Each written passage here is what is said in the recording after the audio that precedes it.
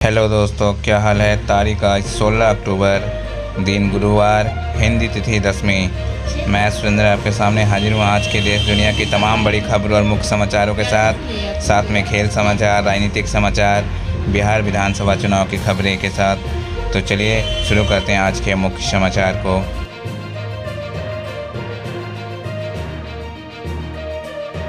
चलिए देखते हैं पहली खबर को। प्रधानमंत्री मोदी आज 16 अक्टूबर 2025 को आंध्र प्रदेश का दौरा करेंगे।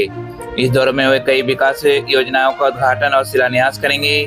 केंद्र एवं राज्य सरकारों ने इस मुख्य कार्यक्रम को बड़े स्तर पर योजनाबद्ध किया है और आंध्र प्रदेश के मुख्यमंत्री चंद्रबाबू नायडू ने पार्टी नेताओं एवं स्थानीय प्रतिनिधियों के दौरों को सफल बनाने का आग्रह किया है।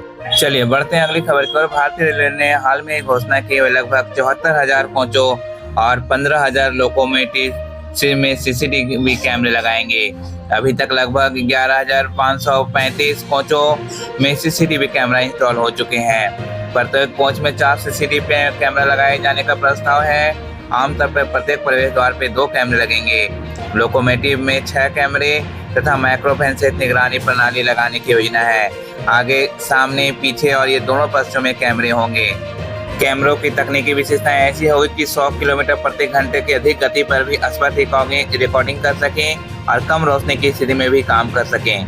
चलिए बढ़ते हैं अगली खबर की ओर। रक्षा मंत्रालय ने भारतीय सेना के लिए 659.47 करोड़ के एक बड़े सौदे की मंजूरी की है। इस सौदे के तहत 7.62 × 51 mm 5 kg 716 असॉल्ट राइफल के लिए नाइट साइट इमेज इंस्टॉलर उपकरण और आवश्यक सहायक उपकरण खरीदे जाएंगे। ये नाइट साइट उपकरण पैसिव नाइट साइट से बेहतर होंगे। अंधेरी या कम रोशनी में भी ये बेहतर दृश्यता प्रदान करेंगे। लक्ष्य को ये काफी दूरी से भी निशाना लगाने में क्षमता होगी इनमें। इसके अलावा 700 और घातक मिसाइलें खरीदेगा इंडिया और भारतीय वायुसेना को सौंपेगा। और उसके अलावा चीन से वो भी हथियार खरीदेगा जो पाकिस्तान ने चीन से खरीदे हैं और भारतीय सेना की मजबूती और मिलेगी। चलिए बढ़ते हैं अगली खबर की ओर। 14 अक्टूबर 2025 को एनएसजी के 41वें स्थापना दिवस समारोह के दौरान मानेसर, गुरुग्राम जिला हरियाणा में special operation training centre SOTC की आधारशिला रखी गई। यह प्रेसिजन केंद्र 8 एकड़ में बनेगा। इसकी लागत लगभग 141 करोड़ की होगी।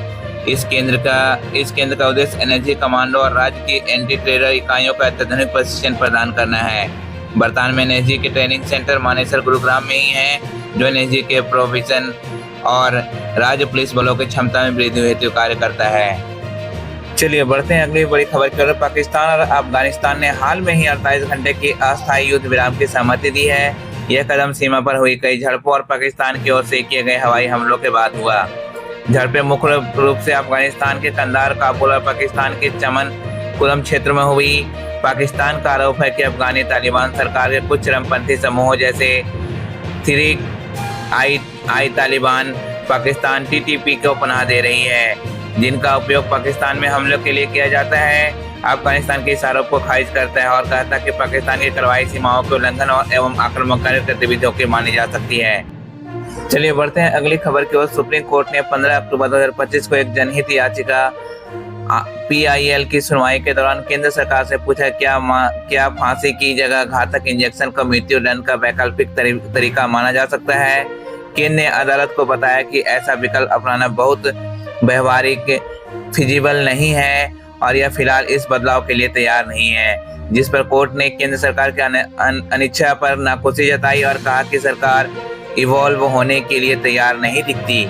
चलिए बढ़ते हैं अगली खबर की ओर। मीडिया में खबरें आई थी कि तमिलनाडु सरकार DMK के नेतृत्व में एक विधेयक बिल विधानसभा में पेश करने जा रही है, जिसका उद्देश्य राज्य में होर्डिंग्स बोर्ड्स, हिंदी फिल्मों और गानों आदि पर प्रतिबंध लगाना है। इस प्रस्तावित बिल को लेकर सरकारी अधिकारियों द्वारा कानूनी विशेषज्ञों की एक आपात बैठक हुई थी ताकि यह सुनिश्चित किया जा सके कि ऐसा कोई कानून संविधान के अनुरूप हो। चलिए बढ़ते हैं अगली खबर की ओर। आज 22 कैरेट सोना 1 ग्राम 11,865 पर ट्रेंड कर रहा है। चांदी की दरों में भी तेजी से उछाल देखने को मिल रहा है। वर्तमान में चांदी की दर लगभग 1,90,000 प्रति किलोग्राम तक पहुंच गई है। चांदी ने पिछले कुछ दिनों में लगभग 10,000 प्रति किलोग्राम की तेजी दिखाई है। दिल्ली में चांदी के दर में एक दिन में 7,500 की तेजी के बाद 1,79,000 प्रति किलोग्राम दर्ज किया गया। सोने ने हाल में ही रिकॉर्ड स्तर छुआ है। 10 ग्राम सोने की दर 1,27,950 तक पहुंची। चलिए बढ़ते हैं अगली खबर की ओर।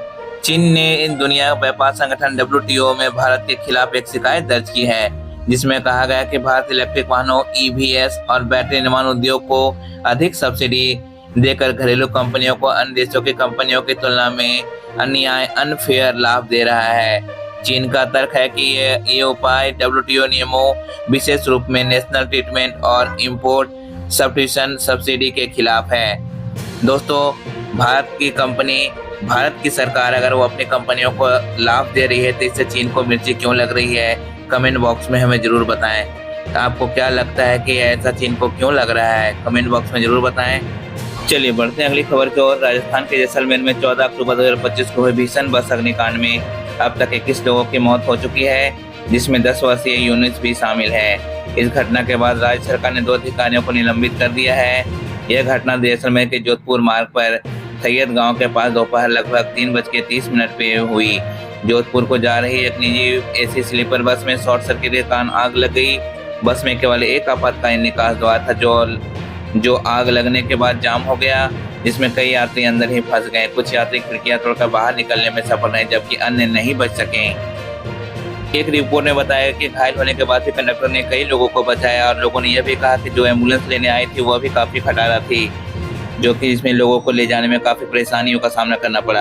चलिए बढ़ते हैं अगली खबर की ओर। राजस्थान के राजसमंद जिले में केलावत थाना क्षेत्र में मंगलवार सुबह एक गंभीर सड़क दुर्घटना हुई, जिसमें एक तेज रफ्तार ट्रेलर हाईवे के रेलिंग तोड़ते हुए चाय की दुकान में घुस गया। इस हादसे में एक व्यक्ति गंभीर रूप से घायल हो गया, जबकि अन्य लोग बाल बाल बच गए। यह दुर्घटना मंगलवार को सुबह केलावत थाना क्षेत्र में हुई। तेज रफ्तार ट्रेलर ने हाईवे पर लगी रेलिंग को तोड़ दिया और सर्विस रोड पर स्थित एक चाय की दुकान में घुस गया।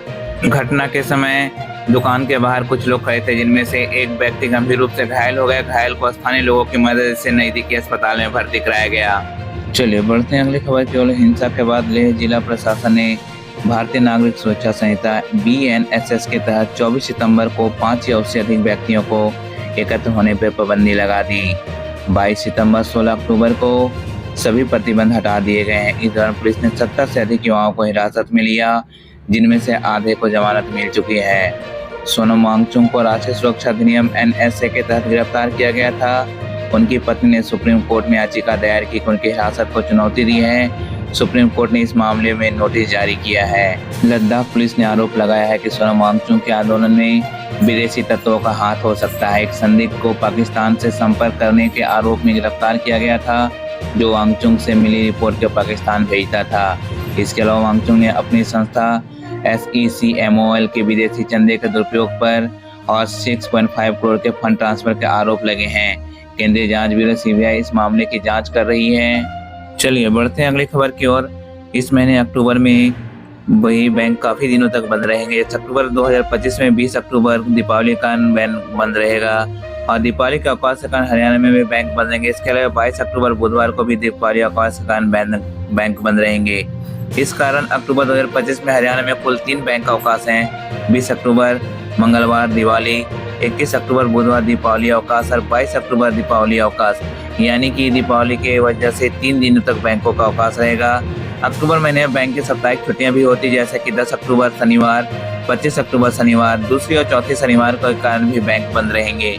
चलिए बढ़ते हैं अगली खबर की ओर। भारत ने 2030 के राष्ट्रमंडल खेलों कॉमनवेल्थ गेम्स की मेजबानी के लिए अहमदाबाद को प्रस्तावित किया है और हाल में ही कॉमनवेल्थ स्पोर्ट्स कार्यकारी बोर्ड ने इसे आधिकारिक रूप से सिफारिश की है। यह निर्णय 26 नवंबर 2025 को ग्लासगो में होने वाली कॉमनवेल्थ स्पोर्ट जनरल असेंबली के अंतिम रूप से अनुमोदित किया जाएगा, जो केवल एक औपचारिकता मानी जा रही है। चलिए बढ़ते हैं अगली खबर की ओर। इस बार दीपावली से पहले सुप्रीम कोर्ट ने दिल्ली वासियों के लिए बहुत बड़ी खुशखबरी दी है। दिल्ली में प्रदूषण को देखते हुए भी सुप्रीम कोर्ट ने ग्रीन पटाखों को जलाने की अनुमति दी है, लेकिन इसके लिए सुप्रीम कोर्ट ने 5 शर्तें रखी हैं, जिसके अकॉर्डिंग आप ग्रीन पटाखों का इस्तेमाल कर सकते हैं। तो चलिए जानते हो 5 शर्तें। ग्रीन पटाखे केवल 18 से 21 अक्टूबर 2025 तक सुबह 6 से 7 बजे और शाम को 8 से 10 बजे के बीच में जलाए जा सकते हैं। दूसरी, सिर्फ वही पटाखे बेचे जा सकते हैं जो CSIR NEERI द्वारा प्रमाणित हैं और जिनमें QR कोड लगे हैं।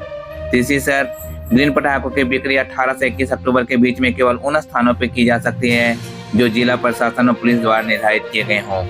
चौथी शर्त, ऑनलाइन प्लेटफॉर्म पर पटाखों की बिक्री पूरी तरह से प्रतिबंधित है। 5वीं विशेष निगरानी दल पटाखों की बिक्री स्थल पर नियमित रूप से निरीक्षण करेंगे और QR कोड की जांच करेंगे। वहीं दिल्ली की मुख्यमंत्री रेखा गुप्ता ने इस ऑर्डर का तहे दिल से शुक्रिया कहा।